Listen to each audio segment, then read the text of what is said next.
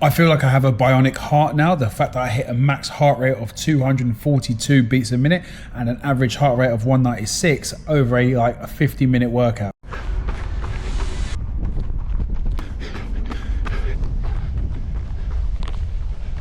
So that was good. Just had 5 rounds of 5 minutes with a 2-minute walk in between. Pace was at 4:20 to 4:30. Feeling pretty good, really happy with how that went.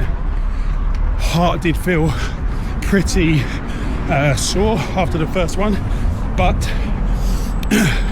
by about round 3 we really started settling. So I was really, I think it was just the shock of kind of just running at any type of intensity. But another session closer to Ironman Swansea 70.3. Tick the box, moving and grooving. So it's been about an hour since I finished my run and I've had the opportunity to review my information, and yeah, wild. So as a whole, good run. Felt strong, as I said in the little video before. Bit of chest pain at the early parts of the run, and probably in that first round of 5 minutes. And then for the rest of the run, it kind of just settled into like a high heart rate, but nothing too crazy. You know, I was doing relatively hard intervals, so I expected it to feel bad, but I didn't have my heart rate on my watch. I just had it on the interval setting where you can see the workout portion, nothing to do with heart rate, which is probably just as well. Now, probably just as well, because reviewing the data afterwards, I had a max heart rate of 242 beats a minute. I also had an average heart rate of 196 beats per minute, it said. And you can kind of see my warm up, heart rate increasing steadily, got to around 170, which is quite high. And then it just suddenly went bang, shot up and just stayed up and pretty much stayed around, as I said, the 196 sort of range, so 200 beats a minute average, say around there for the rest of the workout. And then I got to the cool down and it pretty much just then dropped straight back down once I got to my steady 530 per kilometer effort.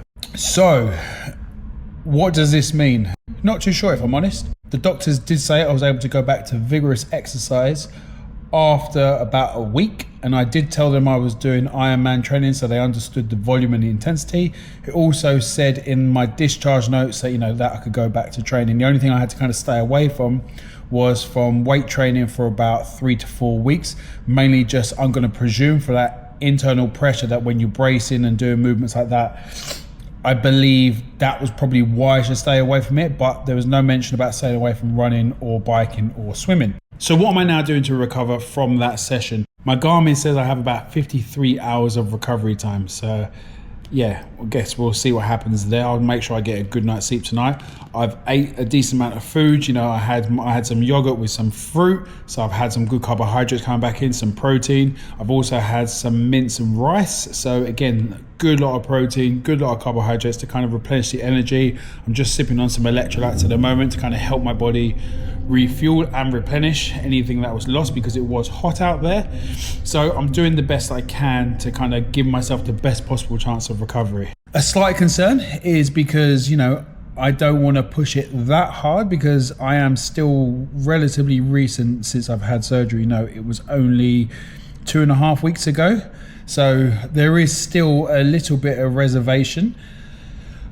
But at the same time, I'm feeling pretty good. So fingers crossed I'm not doing any long-term damage, because I did listen to the doctors. I did wait and I haven't done anything intense until probably today and yesterday on the bike. But apart from that, everything has been feeling pretty good.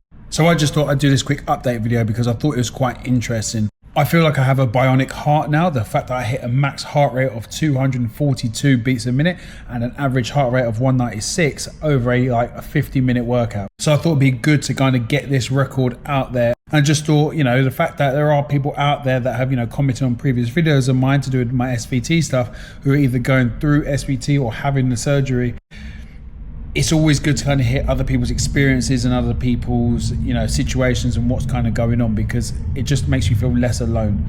So yeah, very interesting, very, very interesting.